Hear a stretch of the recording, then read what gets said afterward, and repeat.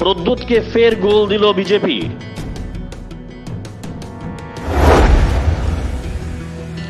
সরকারি ঘোষণা সত্ত্বেও রাজ্যে আসলেন না একে মিশ্র। জনজাতিদের কাছে মিথ্যাবাদী প্রমাণিত হলেন প্রদ্যুৎ কিশোর দেববর্মন। 8 মের পরিবর্তে 12ই মে রাজ্যে আসবেন ইন্টারলোকেটর একে মিশ্র। আগাম এই ঘোষণা দিয়েছিলেন প্রদ্যুৎ নিজেই। এখন প্রদ্যুৎই পড়েছেন বিপাকে।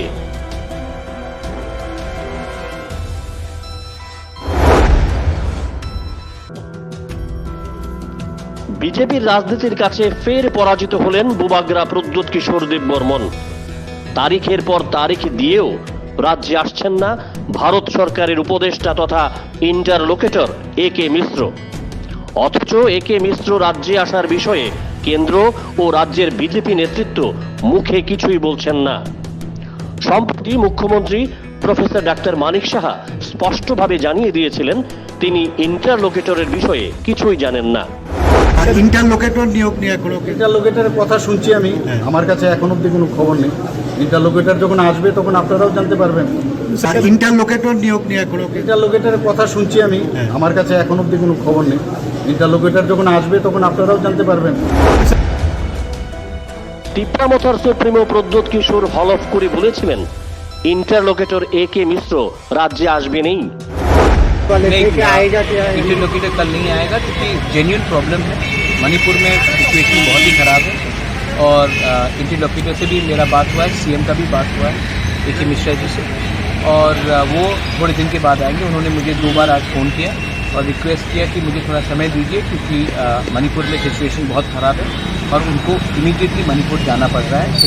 जैसा मणिपुर का प्रॉब्लम में थोड़ा सा शांति होगा, वो अगले हफ्ते या थोड़े दिन के बाद आकर हमसे सबसे, not only with me, with IPFT, with Samajpati, with मुख्यमंत्री, सबसे मिलकर बात करें। শেষ পর্যন্ত গত 10ই মে রাজ্য সরকারের অপর সচিব চন্দন দাসের স্বাক্ষরিত নোটিফিকেশন বের হয়। তাতে স্পষ্টভাবে লেখা ছিল 12ই মে রাজ্যে আসবেন ভারত সরকারের উপদেষ্টা অক্ষয় কুমার মিশ্র। এই সরকারি ঘোষণার পর সাধারণ জনজাতিরা আশায় বুক বেঁধেছিলেন হয়তোবা এবার তাদের বুবাগ্রা ইন্টারলোকেটর একে মিশ্রকে আষ্টে পৃষ্ঠে ধরবেন, তারা পেয়ে যাবেন গ্রেটার ত্রিপুরাল্যান্ড, হবে সাংবিধানিক সমাধান। কিন্তু বাস্তবে কিছুই হলো না।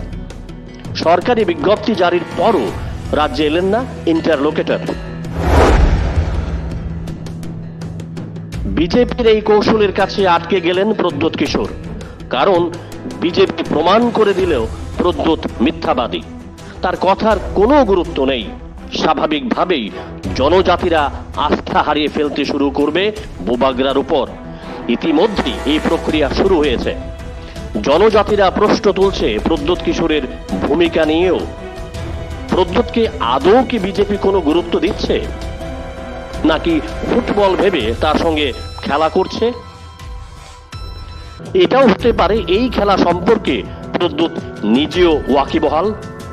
এখনো জনজাতিদের চোখে গোলক ধাঁধা লাগানোর জন্য কিছুদিন আত্মগোপন থাকার পর ফের চলে আসেন প্রকাশ্যে এবং ইন্টারলোকেটর আসার বার্তা দিয়ে দেন গা ঢাকা।